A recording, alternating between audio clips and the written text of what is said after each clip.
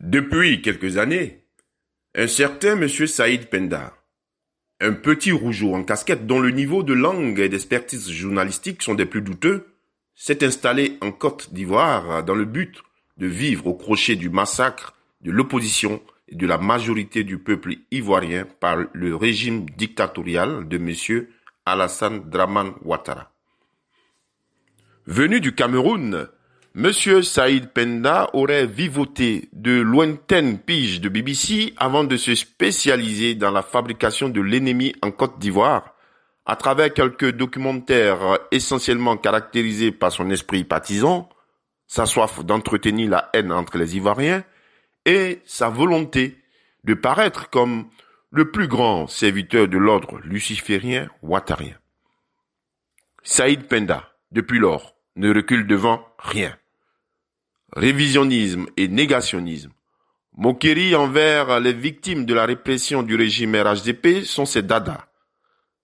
Amateur de cash payé par la primature sous Amadou Gon Coulibaly, à coquiner avec le sieur Amadou Coulibaly chargé des renseignements extérieurs de la présidence de la République, Saïd Penda est le communicant maison de la milice des encagoulés qui ensanglante actuellement la Côte d'Ivoire avec la bénédiction du sieur Téné Birahima Ouattara, ministre des Affaires présidentielles d'Alassane Dramane Ouattara, son propre frère aîné, tous venus de Sindou en Haute-Volta.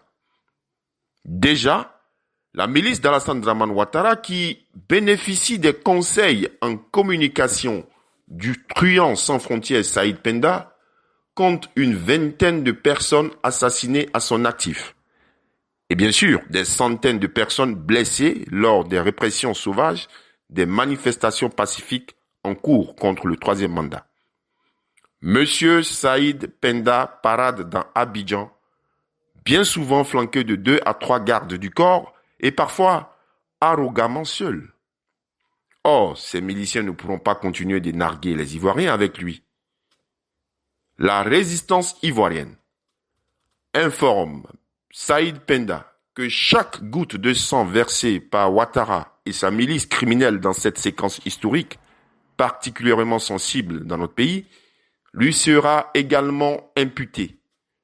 Les patriotes, démocrates, progressistes, humanistes ivoiriens et africains doivent considérer, à compter de cet instant, M. Saïd Penda comme un ennemi de l'état de droit et de la démocratie en Côte d'Ivoire, et le traiter à la première occasion comme tel.